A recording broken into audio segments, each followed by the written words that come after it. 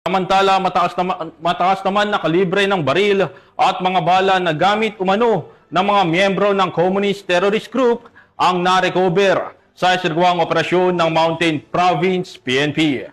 Magbabalita dyan si Patrolwoman Grace Gibyaena.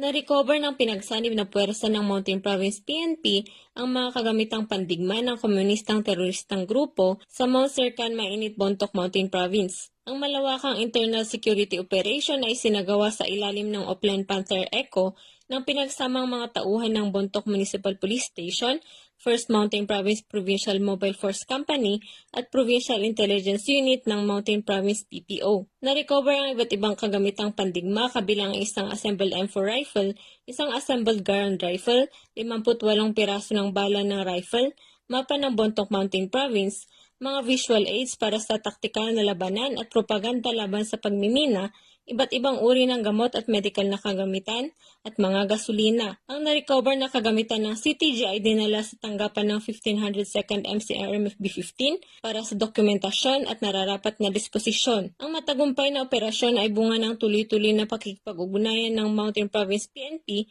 sa mga sumukong CTG. Patuloy naman ang panawagan ng mga otoridad sa mga residente na makipag-ugnayan sa himpilan ng pambansang pulisya para sa anumang impormasyon na makakatulong sa pagbuksan ng terorismo sa buong rehiyon ng Cordillera. Mula dito sa rehiyon ng Cordillera, ako ang inyong PNN correspondent, Patrolwoman Grace Gibyaena, alagad ng batas, tagataguyod ng balitang pulis.